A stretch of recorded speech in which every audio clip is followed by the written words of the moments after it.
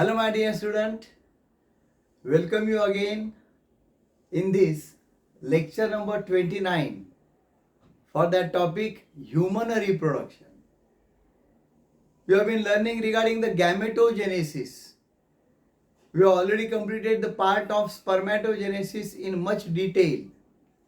Spermatogenesis is the process of formation of male gamete sperms occurring in the testes. Now we have to start the study of another important process, oogenesis. That oogenesis obviously occurs inside the body of female, and that oogenesis is the process of formation of mature female gamete from the germ cells present inside the female sex organ or gonad called as ovary. Female के body में जो gonad होता है, sex organ होता है, हमें मालूम है उसे ओवरी कहते हैं. तो उस ओवरी के अंदर जो जर्म सेल्स है जर्मिनल एपिथेलियम के, that germ cells undergo that process and that process is known as what? oogenesis, by which we get the final product, that is ovum or egg, mature female gamete, जिसके सिवा embryo formation नहीं हो सकेगा. पूरे विश्व की उत्पत्ति जो है वो उस बीजांड से होती है, और उस बीजांड को जो निर्मित कार्य है बीजांड का, वो कहाँ पे हो रहा है?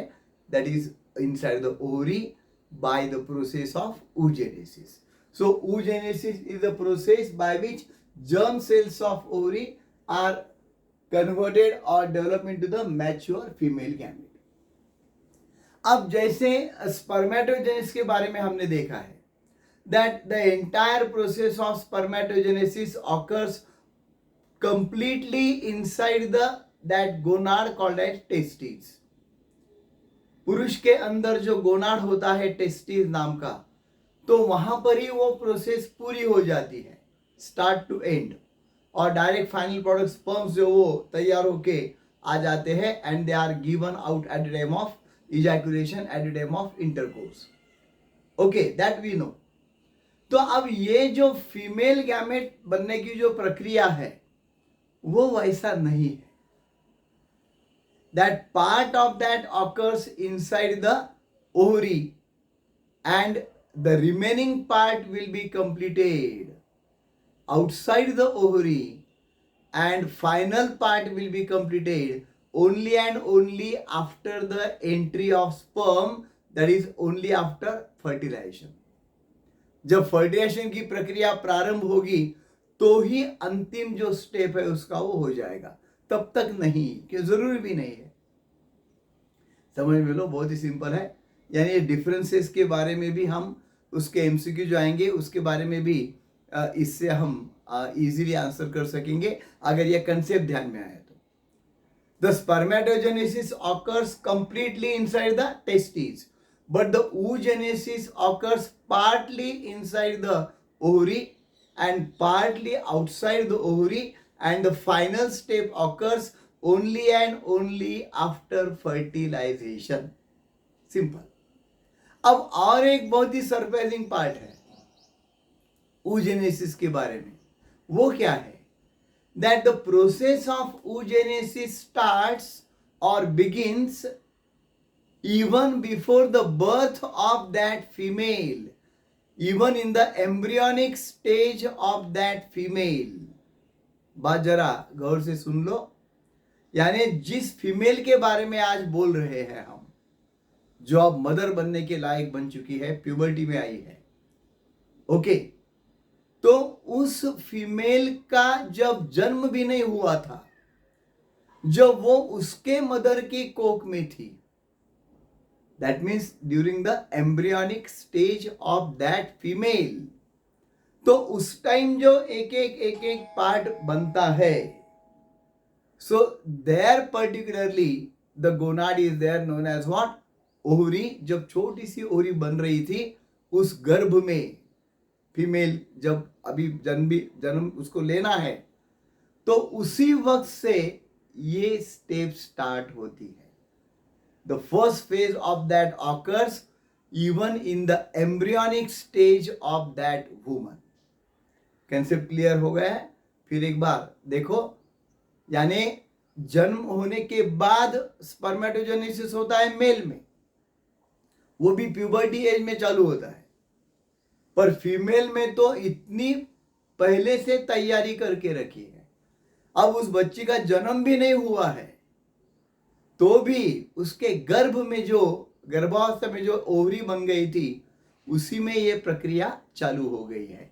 तो ये पॉइंट मैंने यहां पे लिखा है, it starts even in embryonic stage of that female.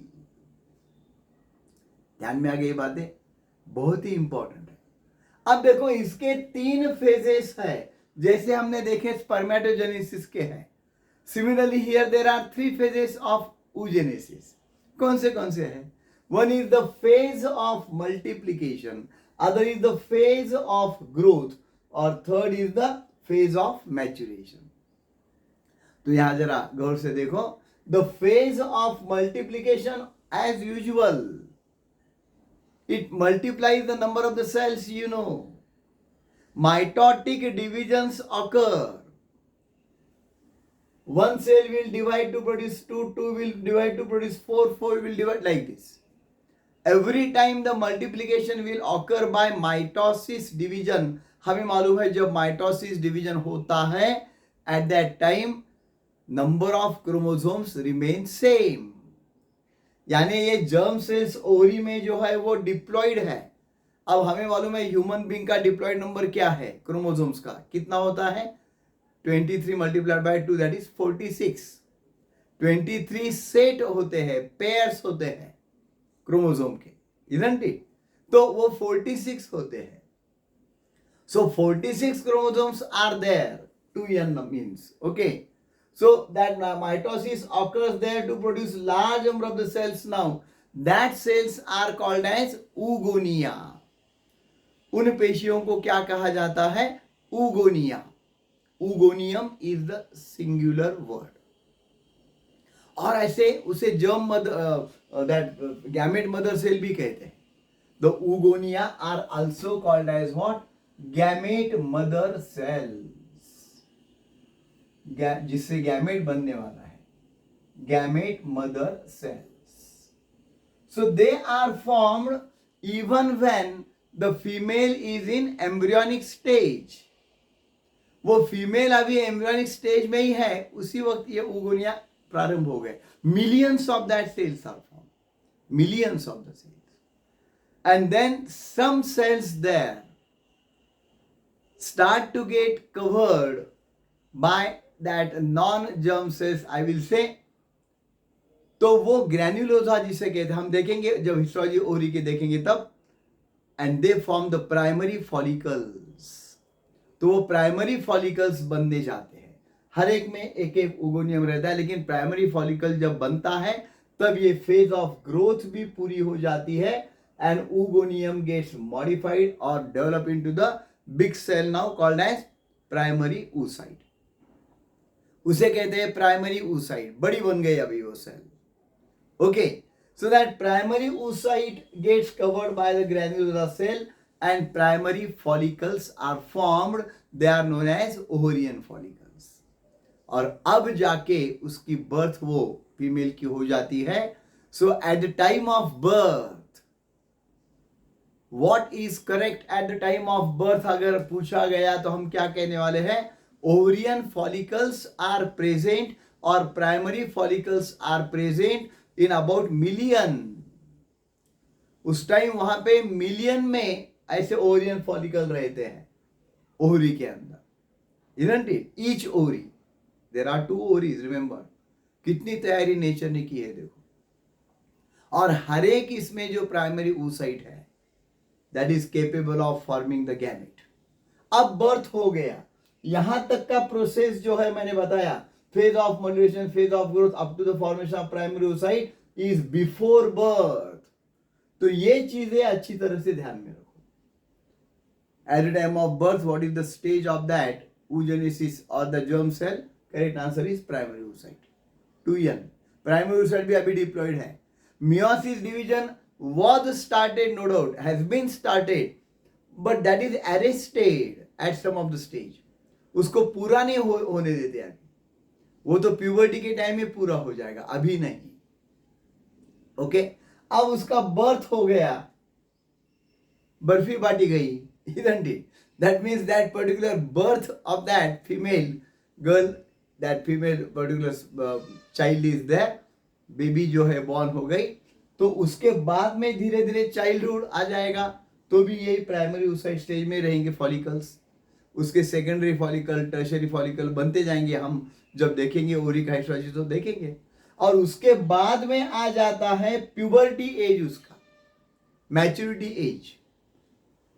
जब वो मैच्योरिटी एज में आ रही है लड़की, तो at that time meiosis 1 division gets completed. तो हमें मालूम है मियोसिस में क्या होता है, a single diploid cell divides to produce 2 haploid cells. But ये मियोसिस जो है वो अनइक्वल है. देखो, यानी 2 सेल्स जो बन रहे हैं वो अनइक्वल बन रहे हैं. One is larger, one is smaller, and that is called as what, secondary oocyte. That process is known as what, ovulation. Okay, तो अभी इसके बाद का जो स्टोरी है that we shall learn in the next lecture. पर यहां तक तो बिल्कुल ध्यान में रखो, ये बहुत ही इजी है, लेकिन कंसेप्ट क्लैरिटी इंपॉर्टेंट है इसकी. I hope you understood the part. Do watch my next lecture, क्योंकि इसके आगे का जो पार्ट बहुत ही इंपॉर्टेंट है. That we shall learn in the next lecture. Thanks for watching this video. Please like and share this video. अगर आपको ये वीडियो पसंद आया होगा तो डेफिनेटली आपके काम की चीज़ है. And do subscribe to my Katesar Biology and Katesar Biology Shorts channel. Thanks a lot.